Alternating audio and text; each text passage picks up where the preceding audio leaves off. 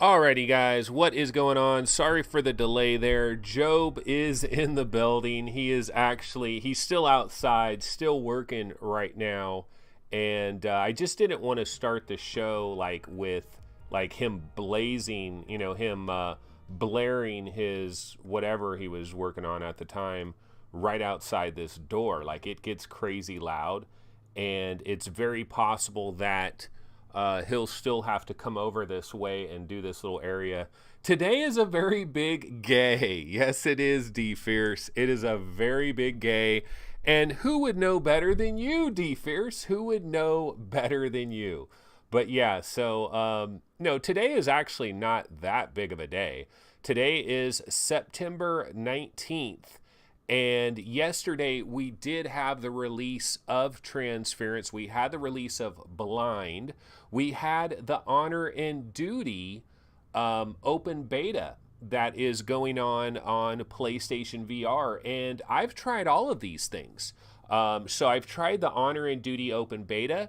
I luckily got my hands on Transference, but it was late. It was late in the evening last night when I finally got my hands on Transference. I have not completely finished Transference. I have been in there for at least an hour and a half, I would say. Probably a good solid hour and a half. I've heard a lot of people say Transference is 2 hours. It's an hour and a half. It's an hour to 2 hours. It's you blink and the game's over with. And I'm still in it. So I know I was in there an hour and a half, but I finally decided, you know what, let me stop. This is enough. It was getting late. It was pretty late at night. And I was like, I'm not going to force myself to run through this whole thing right now just to go ahead and do that. So I will be playing the rest of Transference today, most likely. And I'll definitely get into my thoughts on Transference. However, before we get into Transference, Jim Hall says, LOL, there's nothing to it. Just copy the link into the browser window. Yeah, but I got to figure out, see, the thing, Jim Hall, is I got to make sure everything is operational. I don't want to be I gotta take some time and be able to relax and say, okay, does this work? How do I integrate this, etc.? It might be incredibly super easy, but I got to take time. I got to figure it out, and I'm working on a million things. It is very difficult. So, but eventually I will absolutely get to that. I know I will get to that. Look how long. Just think about this, Jim Hall. Look at how long it took me to figure out this OBS thing. I mean, it took me forever, to be able to go full screen with this trailer, to be able to put my small little video window here, to go back to the normal mode, to go to a web browser and all of that. It took me forever to learn how to do all this stuff. So it takes me a little bit longer, and I've got a million things going on, man. It's quite chaotic. And so even though it might be super simple, it might take me a minute. Okay, person is saying, finally got around to trying Wolfenstein 3D VR. Damn, Vive controller started shutting off randomly after a bit. Might have something to do with the recent Steam VR beta. And one thing that MAME fans said recently, you guys remember when I had that show where I was talking about the 10 best VR games of the last 3 months. And I was talking about stuff that came out in the month of July, stuff in August, and stuff so far in this month of September. And I ranked out 10 games. Main fan was like, bro, where is Wolfenstein 3D VR? He thinks it's better than all of those games. And the truth is, I actually didn't even think about Wolfenstein 3D in comparison to those other games, but I don't know that I would put Wolfenstein. I mean, as cool as Wolfenstein 3D is, and it's this retro thing and it's super cool, not sure I would put it in that top 10 there. Main fan is like, bro, what are you talking about here? Are you out of your mind? Yeah, let me grab that list real quick. Let me grab my list that I had. And we could talk about it. Yeah, so this was the list that I had. Pixel Rip 1989. I mean, Wolfenstein ain't jumping ahead of that. It ain't jumping ahead of Windlands 2. Not Hellblade. Not virtual reality. Okay, now when we get into Seeking Dawn and Firewall and Persistence and Megaton, okay, maybe it jumps somewhere around there. Maybe I would put it maybe I'd put it after the persistence, maybe. But anyway, that's kind of what I was thinking as far as, and Kenny Poo says, ha ha ha, that's what I was thinking as far as Wolfenstein 3D. It needs to be up here.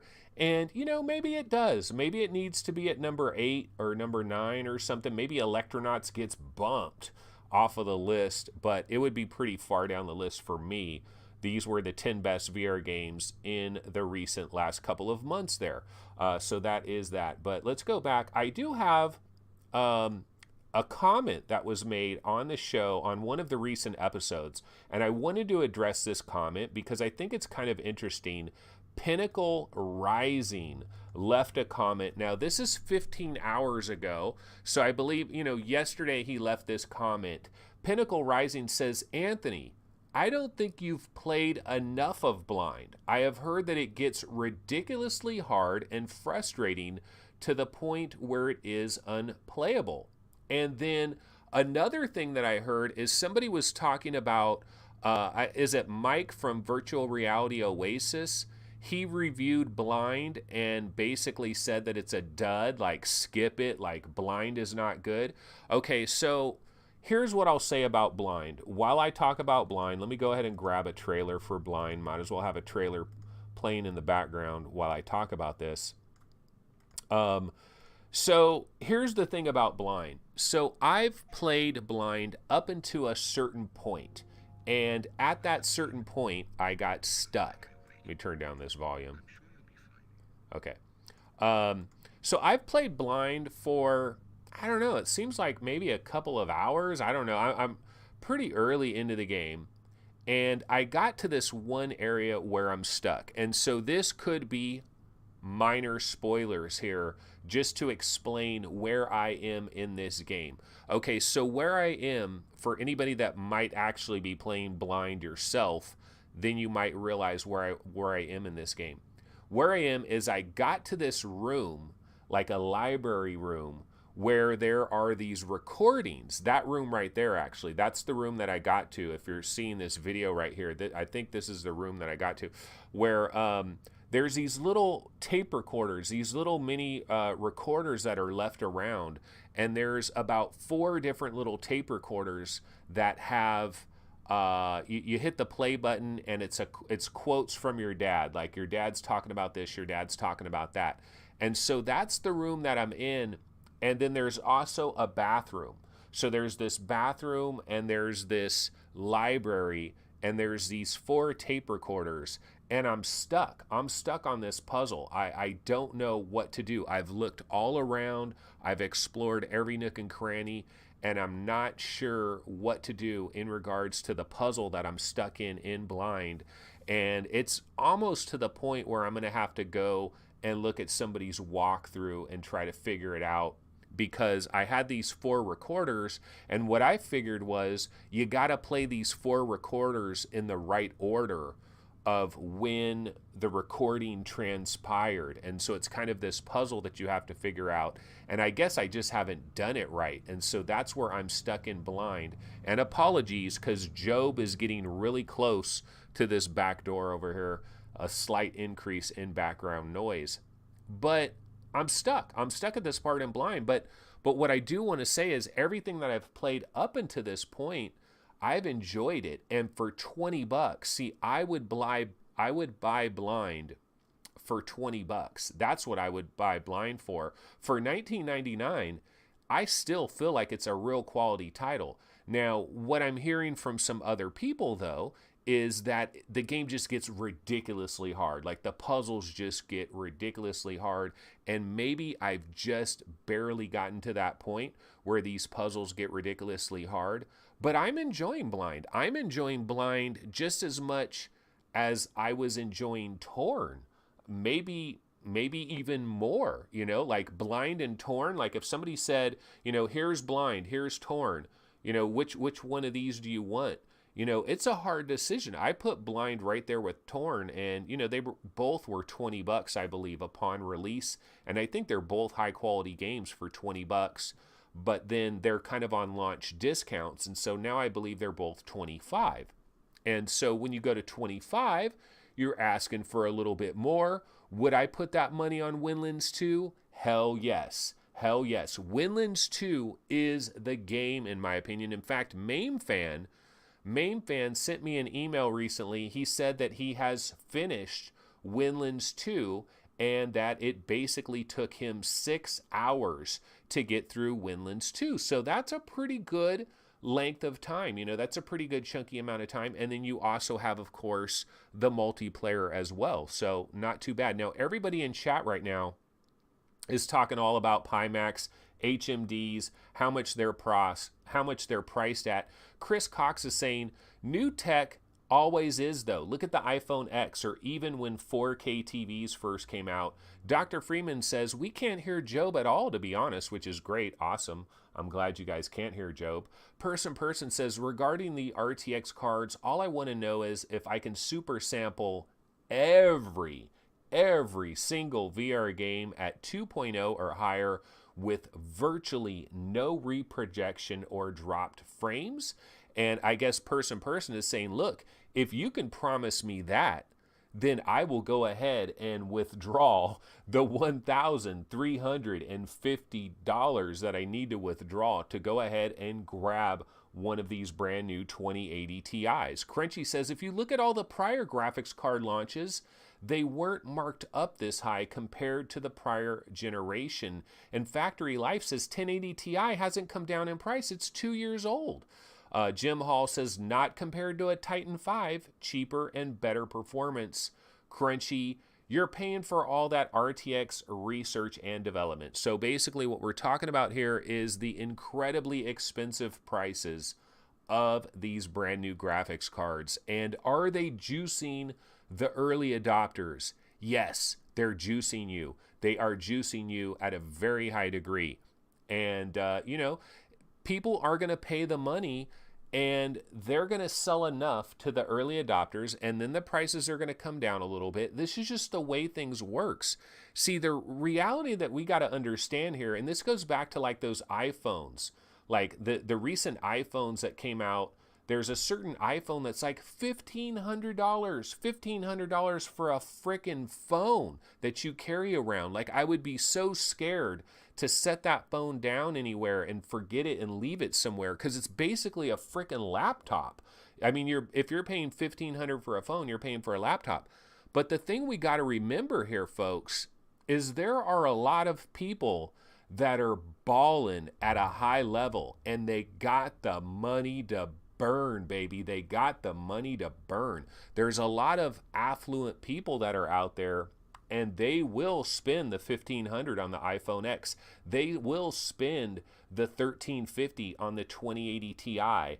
And so us regular, normal, everyday Joes, we kind of get screwed because these companies, they know that there's this affluent base of early adopters that gotta have the latest bomb stuff. They gotta have the new hotness. That's what they're all about.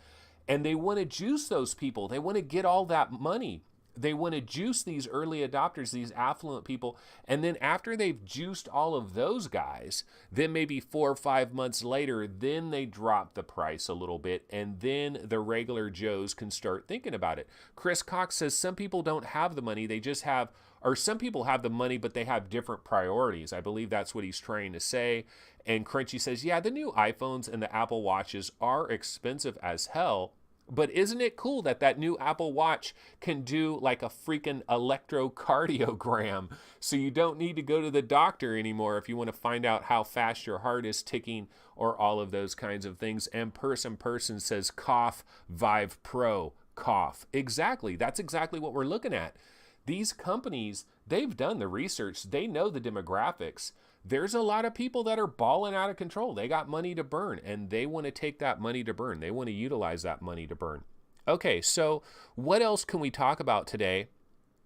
One thing I can mention is Soury Man Escape. Did you guys realize that this game came out for PC VR? Let's take a look at this video here. Soury Man Escape. This was by Red Accent Studios, is the developer.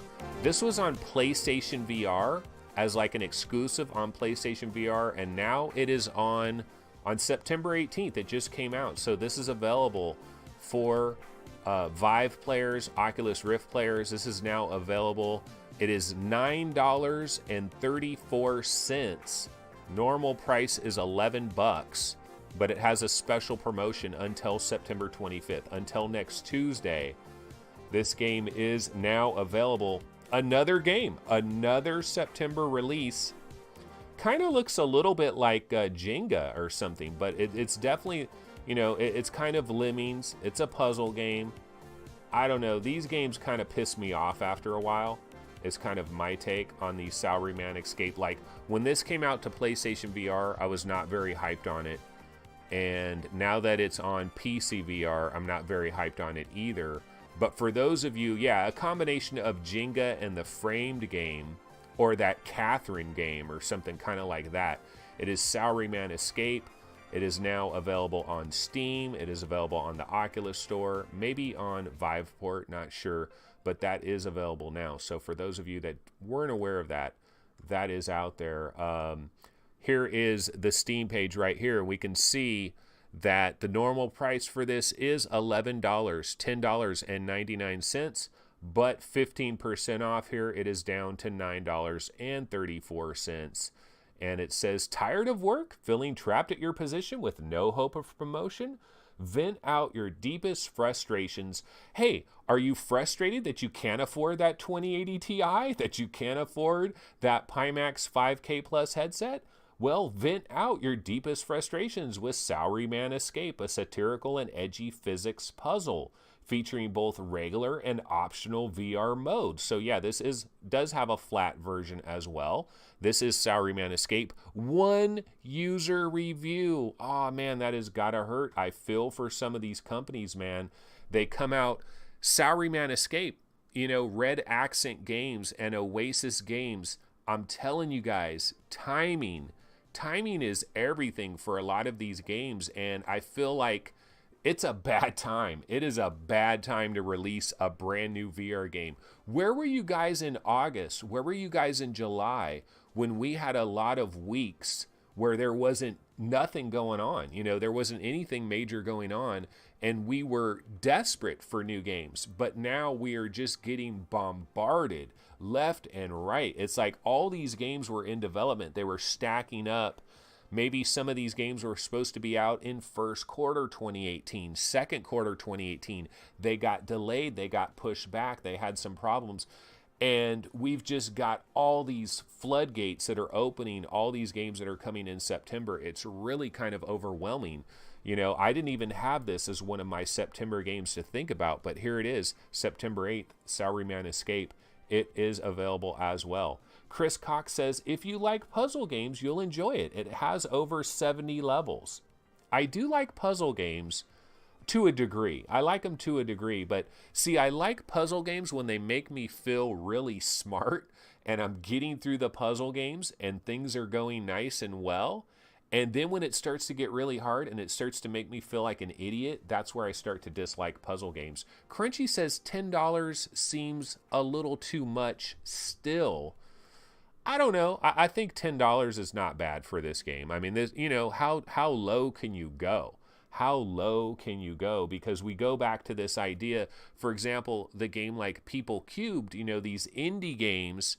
Whitway Studios obviously has People Cubed, and we have a number of these indie games. Now those are the games that maybe should be $5, $6, $7. Salaryman Escape is at $10. I think it's probably priced at the right price. Just bad timing, just terribly bad timing in my opinion. Main Fan says play The Witness if you want to feel dumb.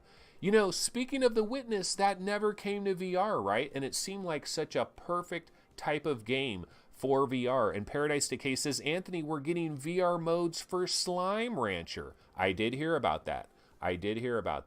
But let's see, what else do we want to get into today? Let me go back to my window here of if I had any trailers or anything that I wanted to get in. Oh, you know what? Why don't we talk about this? Actually, wait, before we do that, let's do a goddamn intro, because I keep forgetting to do my intro. Yeah, once again, folks, VR Game Rankings, this is the YouTube channel, and it is the Daily Vlog Live. It's episode 206, Wednesday, September 19th, very late intro here but I remembered to do it. I think it was like maybe yesterday I didn't do it at all. I forget what day, but one of these days I didn't even have my intro on there. So there is the intro. Got that out of the way. Okay, now let's talk Magic Leap, folks, just for a minute. Anyways, let's talk Magic Leap just for a minute. Angry Birds, dude. Angry Birds on Magic Leap. Let's check this trailer out.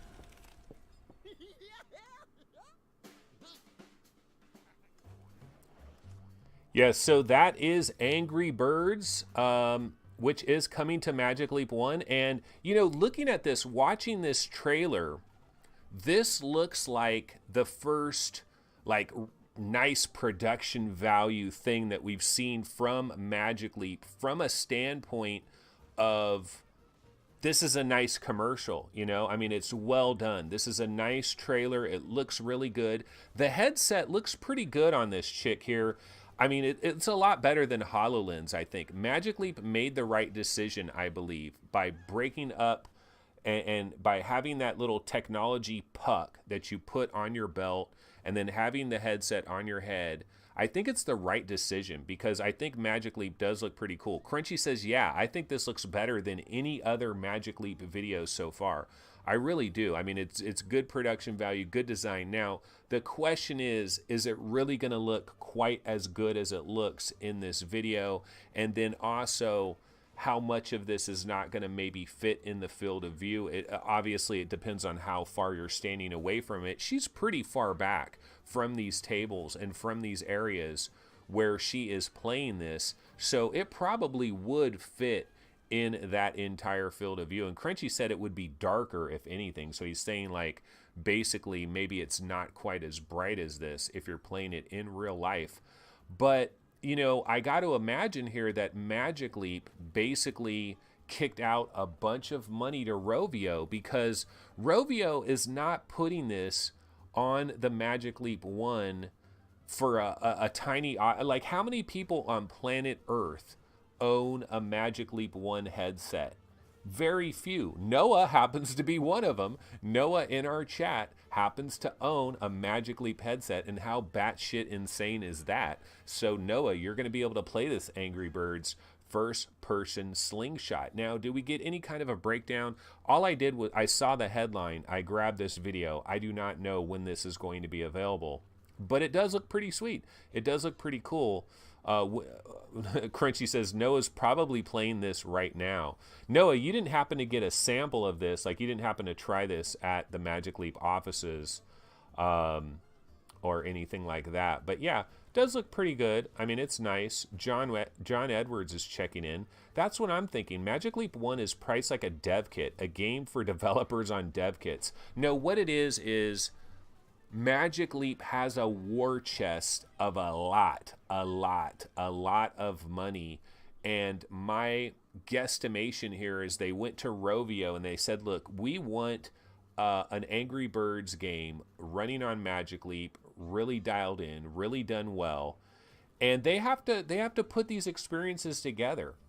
One of the things that Magic Leap has to do at this point is they have to create enough of these kinds of experiences that people like me and you start to feel a bit jelly and we start to want something like this. And they got to build it up to the point where there's enough of these kinds of experiences like Dr. Gordborts and all of these kinds of things where we start to get jealous, we start to want our own Magic Leap 1, and then maybe the price of Magic Leap 1 drops down to $1,999.99, and then, you know, you start to go down that road. But I do believe this is a pretty well done trailer here. It looks pretty nice. Hopefully we see a lot more of this type of stuff.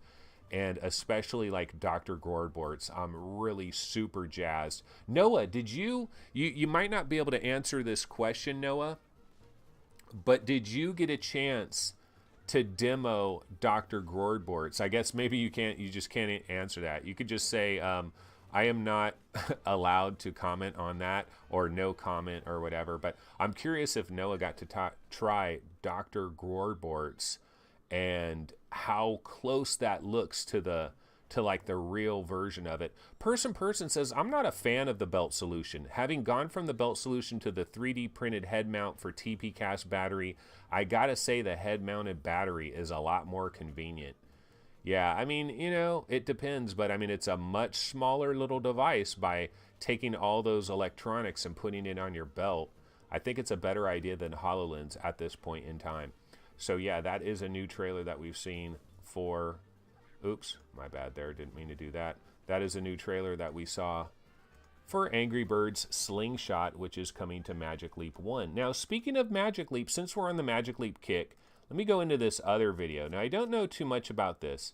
I saw this, I thought it was interesting, and this is Andy Serkis. Let's go ahead and listen into this for a second, but this is another high-end Magic Leap thing that's going to be coming. And when he came back to the UK, he noticed that nobody was Let's take a look at this. even attempting to push the boundaries in the same way that Weta had with those films. So he got together with a few like-minded individuals and created this place to essentially make it as easy as possible for an actor to step on this stage, a director to be here, and a DOP as well, and get as close to the final version of that performance as possible in real time. Magic Leap have spent the past 5-6 years developing a lightweight, wearable computing device. Using meshing and reading of a room, you place digital content in that room. Using eye tracking and head pose, we know where you're looking to actually place all of that digital content that we only ever experience now via a screen in the world with you. Andy Serkis met with Roni years ago. I think they saw in each other mutual respect for stories, for creativity. Sound speed. One of the common traits for both Imaginarium Studios and Magic Leap is we employ cutting-edge technology to create stories and story worlds, and that creative vision is what drives the technological advancement. So, this is our mocap volume. The great thing is that we don't have to play by the old rules anymore. Between performance capture and Magic Leap, we can kind of throw the rulebook out. Forget about a fourth wall. There aren't any walls anymore. The last big discovery in film was just going 3D. That's playing with something you already know. The format itself didn't change. You just added an extra sort of fake dimension. But what we're dealing with here is fundamentally taking that all apart and reassembling it in a whole new way. Once you have the motion data, you can go back and recut a scene as many times as you want. So we can have a helicopter shot if we want to. So I haven't seen this trailer yet. I saw a little bit about it, and I didn't know if it had any interesting footage in it.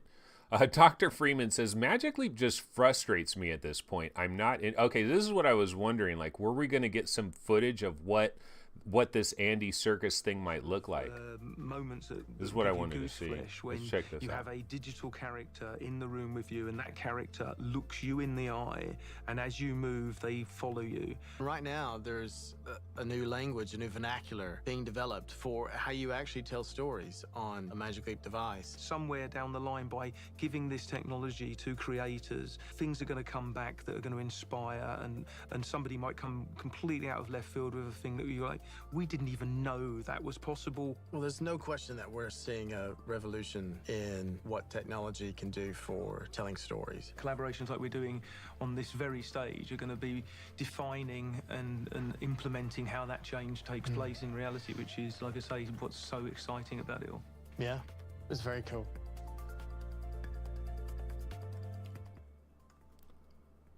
Yeah, we didn't really get any actual like footage of. I wanted to see like what is Andy Serkis doing and what does it look like with the character, but they barely showed that, so we didn't get too much of that. But yeah, Dr. Freeman's talking about Magic Leap just frustrates me at this point. I'm not interested. Well, I mean, you're not interested because it's too goddamn expensive. But if Magic Leap 1 was $700. Would you not be interested? I think you would be interested. But yeah, I mean, it's early days. This is very similar to what we saw with HoloLens. You know, we first heard about HoloLens. There was a lot of excitement about it. We saw some different apps that HoloLens could do, but then everything kind of faded away into the background. Dr. Freeman says it's at the embryo stage. And Push the Button says, typical, Magic Leap don't show anything real. Well, we do have, of course. Oh, Noah's talk. Let me go back into chat. I got to pop it out because Noah was talking about some of the stuff he experienced, and I want to go back to that. So let me go back a little bit. Noah says, nope, nothing extra super cool, just some basic stuff, which I think they are saving for LeapCon and this fall winter. And Noah says, by New Year's, we should have a ton of crazy stuff to look forward to. Blah, blah, blah. So yeah, Noah has tried some of this stuff. So that is good. But yeah, LeapCon is coming up. I believe it's October, right? In Los Angeles. So that's pretty much what we're waiting for. Jim Hall says, even if it was 500 for Magic Leap, nope. Yeah, get the hell out of Dodge, Jim Hall. I don't believe it. If Magic Leap was 499 bones, you're telling me you wouldn't drive to Best Buy this minute and grab it? I think you would. There's a lot of technology that's going on in there. 500 bones wouldn't even cover the freaking processor that's inside it. I don't believe this. I think a lot of people, see, this is what I believe to be. A lot of people is like, I can't afford that. It's not really ready yet. So I just want to not even think about it. I just don't even want to think about it. Get it out of my mind. I don't want to think about it. That's kind of my thought on Magic Leap as far as that goes. We're still waiting to see killer experiences that will blow us away. We haven't really gotten to that yet. So anyway, we've been going for a while. Why don't I get a little bit into Transference? I did play this. I did try it out. It's interesting to me that if you go to some of the various subreddits and whatnot, the take on Transference is it's all over the place. A lot of people are kind of saying it's horrible, like the controls are horrible, it's way too short, blah blah blah, all of this, all of that. So I played the Transference last night for the very first time, the real deal game, and I played it on my Oculus Rift. I played the Oculus version because up until this point I had tried the Walter test case on PlayStation VR. And so this is on an Oculus Rift, a little bit of a higher powered system, obviously, better resolution, better color, better details from a lot of these standpoints. And I got into Transference. I was playing this, and I gotta tell you, man, there were certain moments while I was playing Transference, like especially when it's doing this type of thing where it's going, and it's building the world in front of you, and there's like things flickering in and out of existence and all of this stuff that's going on. There were certain points where I was in this, especially when that weird monster thing comes right at you.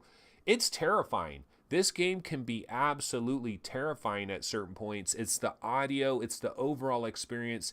It's kind of movie-like. I was blown away by parts of this. I really was blown away by parts of this. And I thought, this is really impressive. But at the same time, one of my problems with it is the entire time that I was playing it, I kept thinking, this is only 2 hours. This is only 2 hours. This is only 2 hours. When is this going to be over? This has got to be over soon. It's only 2 hours. It's only 2 hours. Like, I had that in the back of my mind, and that kind of screwed the whole damn thing up. I wish I never heard anything about the length and just went into it and just enjoyed it. But I was always thinking about that. And I'm like, this isn't going to last very long. So when is it going to wrap up? When is it going to wrap up? But I enjoyed what I experienced of it. I thought it was super creepy, super interesting. Now, what did I hate about it?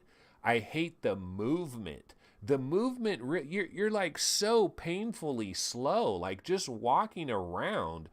And then the other problems that I had too is like, you can stand up full height and then you can crouch and get low. And I was walking along and then all of a sudden I was crouching, and then I was standing full height. So there was a bit of some weirdness that was going on with my controls, or I was like headed in one direction, and all of a sudden I was kind of flipped over in another direction. It kind of reminded me of Torn in that regard of some minor screwiness that was going on.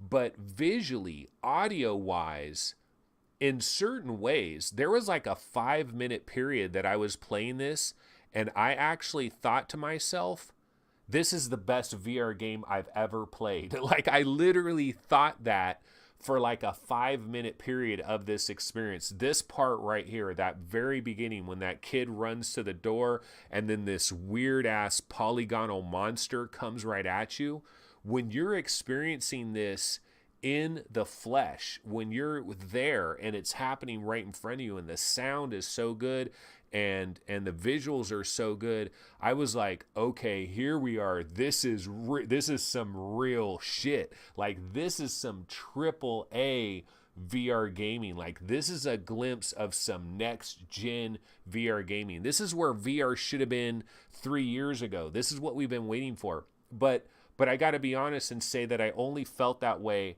for like a 5-minute burst. So for part of it, I did get this like, wow, this is like a really next gen VR experience. But then other parts, I'm just walking around these hallways and I'm looking at stuff, and it has these different monitor screens that are popping up. There's different things, messages that you can grab and you can read. And it's a thriller. It's a horror game. It's interesting. It's $25. Paradise Decay says Transference is creepy as hell with just the atmosphere. Yeah, the color, the way they do the lighting and the color. When you very, very, very first start this game, you're outside of this house, you're outside of this apartment, and you're like on the streets, and you're walking over to where this like apartment is and where all of this stuff is situated. And there's like a lamp, and it's shining down light, and it just has a certain look and a certain vibe. And then you get inside the room, you get inside there, you start exploring it, and you're kind of going through these different time periods. You're flicking the light switch off and on, and it changes it up. It changes it into a different time experience. And then you have to like, you're solving puzzles that are in 2 different time periods. And so in one time period, you grab like a doorbell thing, and then you have to switch to the other time period and take the doorbell over to where the doorbell is missing. So it's kind of weird. The story's kind of convoluted. It's interesting. I'm liking it. I've got to play it more. VR fan Snakebert says Transference also comes in a pancake version. Kinty Poo says, what system did I play Transference on? I played it on the Oculus Rift. It was a native Oculus Rift version. I did not play the Steam version. Ubisoft provided me with a code. So full disclosure, didn't pay a penny for this. And I'm kind of surprised. I got a code from Ubisoft. I didn't contact Ubisoft directly. I tried to contact SpectraVision, but they probably forwarded it off to Ubisoft. Got a code from Ubisoft, so hopefully that guy did not see my rant about Uplay. I did have to go through the whole entire Uplay thing. I did have to sign up. I did have to I had to figure out what my password was for Uplay and get that logged in. So I did have to go through some minor bullshit. Yes, Paul Smith, I did have to get Uplay. I've had Uplay. I had a Uplay account from a long time ago, way back in like the Rainbow Six days or whatever. For some game I was playing, I had a Uplay account. Had to get my password. Yeah, I had to run it. They've got me now. And one thing I noticed with Uplay too, this is after I was all done with Transference and I was about to go to bed because it was late at night. And I would have been able to finish the whole entire game and play the whole thing had I gotten it earlier in the day. But got it really late at night and installed it and then jumped into it and wanted to check it out. Johnny Chronic, by the way, says, was just playing Transference on PSVR, liking it a lot so far. Yeah, I think it's cool. And Paradise is also saying, and I have heard once you finish the game, it's different the second time around. So there could be, even though it might be super short, in the 2-hour-ish range, there might be a little bit of replay factor to that as well. But going back to the Uplay, when I was all done playing Transference and I'm getting ready for bed, so I got to close out my Oculus, the Uplay thing is on my window, right? And it says, do you want to keep this running in the background or not? And I'm like, oh, hell no. Do I want to keep this running in the background? No, this is exactly the point that I'm talking about. I don't want all this shit running on my computer, but I had to do it. I had to do it to be able to play Transference. And so I guess I'm set up. I'm set up now for Space Junkies. So hopefully on September 26th, I got to try to find a way to get into that closed beta and check it out now that I'm all set up with Uplay. But I'm not a fan. I'm not a fan of all these people having their stores. I cannot lie. Lethal Weasel VR says, I was going to buy Transference last night, but all of the comments said it is broken. Well, I don't know. The Steam version maybe has more problems. What is broken, though, is the movement. The movement is painfully slow. And we've seen this with a number of games where you're just walking really, really slow. And it's like, I want to walk a little bit faster. And you're walking really slow. And sometimes I wonder, when they make you walk so incredibly slow, that are they doing this to pad the time on? You know, because if you could walk super fast, bam, you might be able to finish Transference in 1 hour. But by making you walk really, really slowly, the game lasts a little bit more like that. I'm not sure. Kenny Pooh says, at least Uplay asked you that first. I'm surprised they asked you that. Yeah, you had the option. There was like some check boxes. If you don't want Uplay to always be running in the background, you can deselect that. So I definitely did that. AJ Jones says there was authenticate. Block. I can't talk today. Something's wrong with me. AJ Jones says there was authentication issues for several hours, probably in terms of like Uplay connecting with it, because when I first got into Transference, I was first loading it up. I couldn't get into it, even though I was like signed into Uplay, and then Uplay said, do you want to connect Uplay with your Oculus account? And then I linked the two things. I linked my Uplay to my Oculus account, and then bam, everything worked great after that. But before that, I did have some problems. Paul Smith is saying Transference only has 2 stars on the Oculus store. And I Am Rut says, I'm glad I picked Blind instead of Transference. I will wait for a sale on Transference months down the road. And John Edwards says, maybe if Uplay automatically deleted itself each time I was done with it, maybe then I would give it a shot. Lethal Weasel VR, I guess I'll give it a shot tonight. So yeah, I don't know. I'm still kind of torn with Transference because we have all these games that are all hitting simultaneously. We have Blind, we have Windlands 2, we still got stuff like Jet Island that's coming out very soon, we still got stuff like Creed, Rise to Glory coming out soon. So I mean, there's just a lot of stuff hitting. And for me, I feel like I have to like try to give my idea on where you guys should throw your money. And I don't know, it's too hard for me to say. I mean, the thing I'll say, my final thoughts on Transference until I can finish it and get farther into it, is there are certain moments that really are fantastic, that show you what a true AAA experience in VR could potentially be like. There's certain moments that do show you this, but if you don't like horror, if you don't like thrillers, I think you don't want to get near this game, because I can handle horror, I can handle thrillers, and there were certain parts where I kind of got freaked out. The audio is really good, and I think that adds a lot to it. The audio really adds a lot. But yeah, that is Transference. Sorry that my thoughts are kind of all over the place today. A little bit out of sorts here. Let me see, was there something else that I wanted to discuss real quick before we bounced out of this? Oh, you know what? Wait, there is one other thing I wanted to talk about. So yesterday we did have the beta. Now I think I might have deleted this trailer now. Let me look. Honor and Duty. So I fired up my PlayStation VR. Okay, no, I still have one of these Honor and Duty trailers. So I'll go ahead and put this one on. So Honor and Duty, let me get this on the screen here for the PlayStation Store. I did try this beta yesterday. Did anybody else try this? Honor and Duty D-Day beta for PlayStation. Whoops, I messed up. Honor and Duty. Okay, here we go. Yeah, so I tried this Honor and Duty D-Day beta, which it was released yesterday. Downloaded it, checked it out. Kev Gret is checking in. He says, I played Honor and Duty. Pretty fun for what it is right now. Very smooth and easy to get in and out of games. Okay, so here's my take on this, Kev Gret. I got to tell you, I don't have good things to say about this. And the reason I don't have good things to say about it is I started the game with a DualShock 4 controller at the very beginning. I'm in the menu. I have a DualShock 4 controller.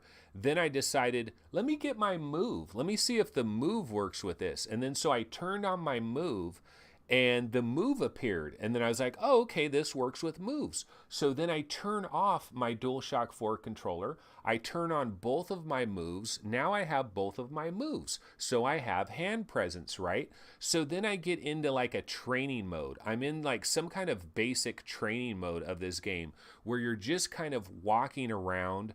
You have a gun. The gun, when I got into it, the gun looks like it's freaking this big. I mean, it's a pistol. It's a regular pistol, but it's like huge. It's like gigantic.